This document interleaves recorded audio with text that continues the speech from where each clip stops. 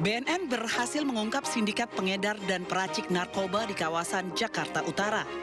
Dalam pengungkapan ini, 4 pelaku telah ditangkap di Bandara Soekarno-Hatta pada tanggal 26 Desember 2025 lalu.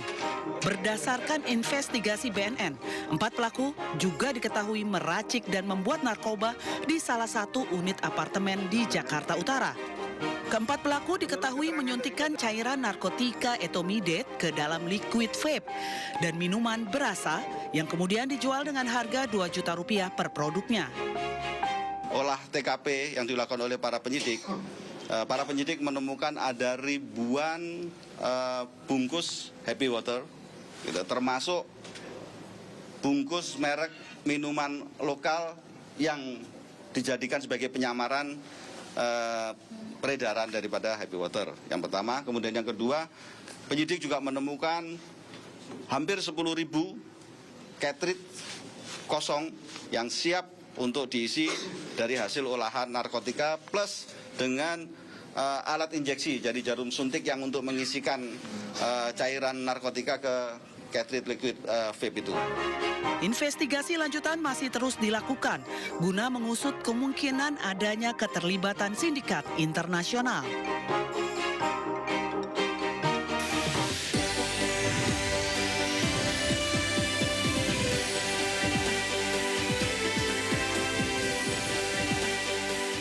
Buntut dari kematian seorang warga, massa menggeruduk kantor Mapolres Metro Kota Depok. Mereka menuntut seorang anggota TNI Angkatan Laut yang menganiaya korban hingga tewas diproses hukum.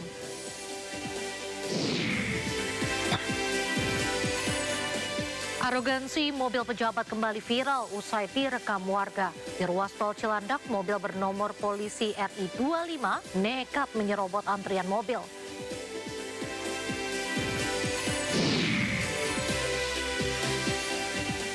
Hati-hati, berselingkuh masih terikat status pernikahan. Tahun ini KUHP baru menjerat pelaku dengan ancaman pidana. Tak hanya itu, aturan ini juga menjerat mereka yang masih lajang yang melakukan perbuatan zina.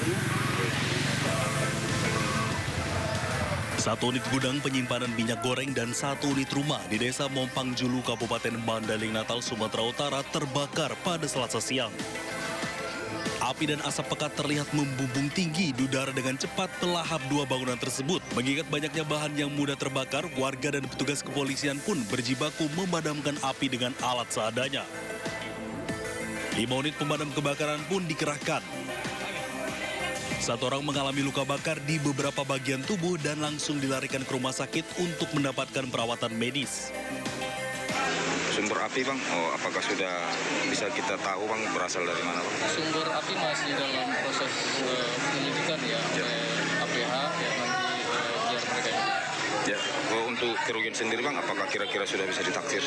Kerugian sampai saat sekarang masih dikalkulasi oleh pihak kecamatan sehingga nanti menjadi bahan laporan. Ya, untuk korban jiwa sendiri, Bang, mengingat luasnya lahan yang terbakar, Bang, itu ada tidak korban jiwa? Korban jiwa sampai saat sekarang ini tidak ada, tetapi ada tadi kami dengar 1 orang ya yang mengalami luka bakar dan sekarang sudah dilarikan ke rumah sakit. Dalam peristiwa ini, kerugian ditaksir mencapai Rp2 miliar. Sementara penyebab kebakaran masih diselidiki oleh pihak kepolisian. Dari Sumatera Utara, Ahmad Hussein Lubis, iNews melaporkan. Pemirsa, bus membawa rombongan peziarah terbakar di ruas tol Jakarta Cikampek, Bekasi, Jawa Barat. Api diduga berasal dari korsleting listrik di bagian bus. Alhamdulillah orangnya pada selamat. Rekaman video amatir milik warga memperlihatkan kepanikan para penumpang. Salah satu penumpang, Maksum Arbol, mengatakan api langsung membesar dan seluruh penumpang akhirnya berhasil dievakuasi. Damkar yang mendatangi lokasi berhasil memadamkan api sekitar 20 menit. Akibat insiden kebakaran tersebut, aktivitas stasiun LRT Jatibening sempat terganggu. Sementara arus lalu lintas di ruas tol Jakarta Cikampek mengalami kemacetan. Ya itu awalnya cuma ada bau dari bagasi bawah lah. Itu aja. Sama asap ya, Pak? Ya asap kok bau kayak kebakar gitu lah.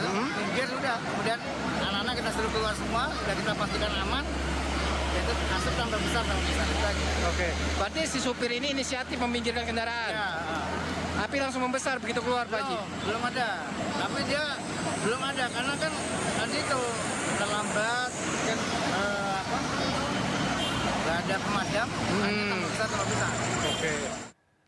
Pemirsa, warga menggeruduk kantor Mapolres Metro Kota Depok, Jawa Barat. Masa menuntut polisi mengusut tuntas kasus penganiayaan yang menewaskan seorang warga yang dilakukan anggota TNI Angkatan Laut.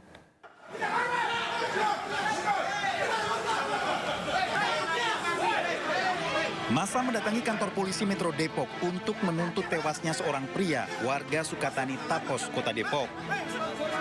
Orasi warga meminta kepolisian bertindak cepat dan transparan dalam mengusut kasusnya.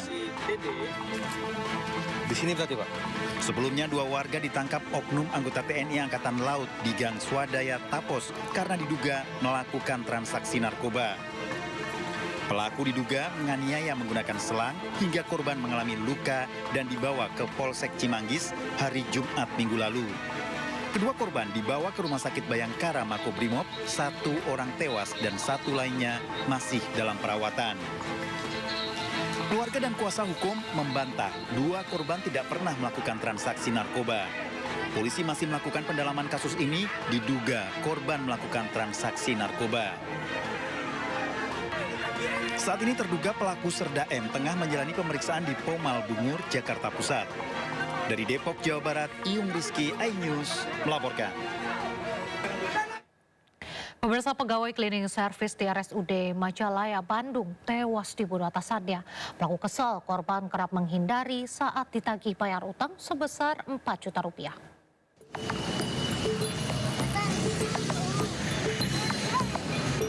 Warga dikejutkan dengan insiden pembunuhan di RSUD Majalaya, Bandung, Jawa Barat, di mana seorang karyawan cleaning service ditemukan tewas di dalam gudang yang terletak di lantai 2 gedung utama.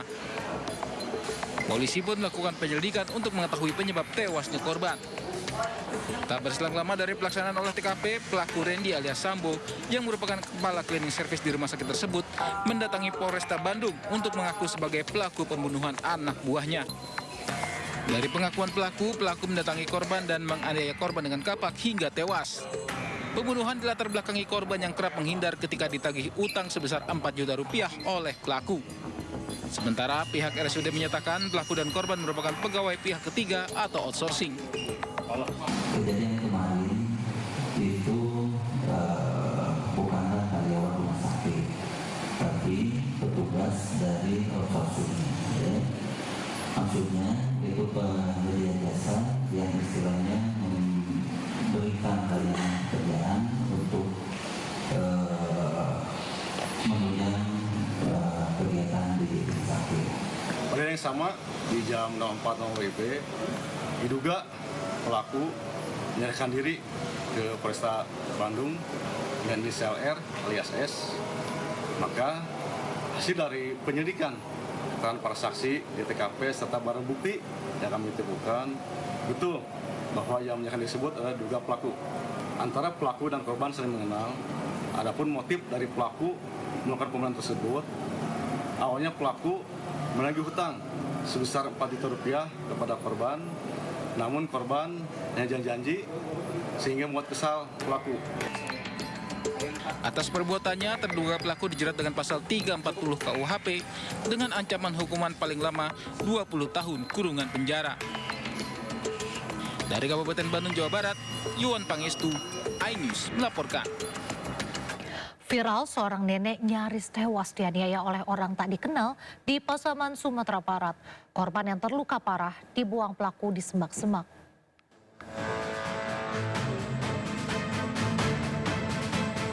Viral di media sosial, penganiayaan yang dialami Sauda, 67 tahun, warga Lubua Aru Jorong, Nagari Padang, Sumatera Barat.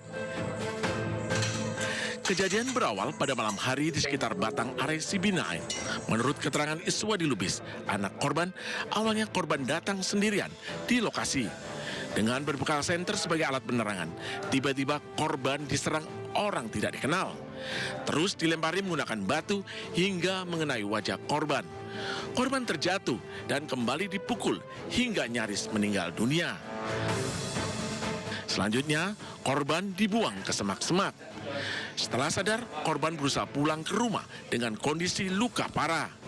Saat ini korban tengah menjalani perawatan di RSUD Tuanku Imam Bonjol, Lubuk Sikaping karena mengalami luka memar dan robek di kepala. Kasus ini dilaporkan keluarga korban ke Polsek Rau dan Polres Pasaman. Keluarga korban berharap kasus ini segera diusut tuntas oleh penegak hukum. Setelah sampai di pinggir sungai, mama kita ini terjadi batu yang datang. Batu melempari dia, setelah kena orang tua kita ini berlari, rupanya saking banyak batu ini terjatuh. Udah terjatuh dia nggak sadarkan diri, antara sadar atau tidak, orang itu menggeser, langsung dipukuli juga. Mukanya semua sampai batu. Sampai hari ini kita melakukan upaya untuk mendapatkan yang diduga pelaku tersebut. Di kemarin kita bersama Pak Kapolres telah melakukan olah TKP di tempat kejadian perkara. Itu kita sudah lakukan police line di tempat kejadian perkara. Kini, kasus penganiayaan nenek Sauda ditangani polisi. Petugas mengejar para pelaku yang identitasnya dan ciri-cirinya sudah diketahui. Dari Pasaman, Sumatera Barat, Ari Yohanes, iNews melaporkan.